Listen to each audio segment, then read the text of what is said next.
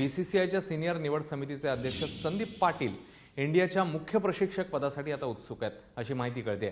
संदीप पाटील यांनी या पदाकरता अर्ज देखील केला। त्यांच्या पाठोपाठ निवड समिती सदस्य विक्रम राठोड, प्रवीण आमरे, लालचंद राजपूत, ऋषिकेश कानिटकर अशी बडी नावं या पदाच्या शर्यतीत दाखल होण्याची शक्यता आहे।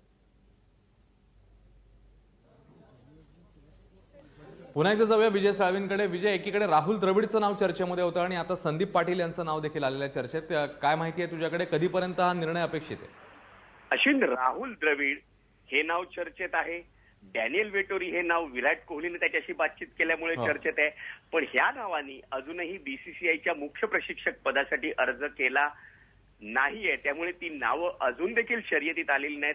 पण तुला कल्पना आहे अश्विन, लोढा कमिटीचा दणका बसल्यानंतर बीसीसीआयने आपली अधिकाधिक धोरणं ही पारदर्शक असावीत या दृष्टीने प्रयत्न केलेत आणि पहिल्यांदाच बीसीसीआयनं प्रशिक्षक पदासाठी किंवा आता ज्याचं नाव हेड कोच म्हणजे मुख्य प्रशिक्षक असं आहे या पदासाठी खुल्या पद्धतीनं निवेदन दिलंय, अर्ज करण्याची मुभा दिली आहे ज्याला कोणाची इच्छा असेल त्यानुसार। आणि संदीप पाटील यांचं म्हणणं तेच आहे, माझी इच्छा आहे, मी प्रत्येक जी अट आहे त्याला मी निकष पूर्ण करतोय आणि म्हणूनच मी अर्ज केलाय। संदीप पाटील यांच्याशी आपलं बोलणं झालं, त्यांचं म्हणणं आहे की माझं आता मुदत संपते पण मी क्वालिफाय होतोय प्रत्येक अटीला, त्यामुळे मी अर्ज केलाय। आपल्याला सगळ्यांनाच कल्पना आहे की संदीप पाटील 1996 साली अजित वाडेकर यांचे उत्तराधिकारी म्हणून भारतीय संघाचे प्रशिक्षक म्हणून आले होते, पण 6 महिन्यातच त्यांना दूर करण्यात आलं।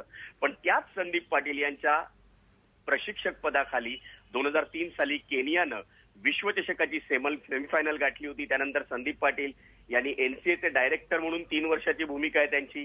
2012 साली साधारण अश्विन ते निवड समितीचे अध्यक्ष झाले आणि गेली 4 वर्ष ते निवड समितीचे अध्यक्ष आहेत। थोड्याच दिवसात त्यांची मुदत संपेल, पण ते संदीप पाटील अजूनही भारतीय क्रिकेटशी नातं जोडू इच्छितात आणि म्हणून त्यांनी आपला अर्ज दाखल केलाय या मुख्य प्रशिक्षक पदासाठी।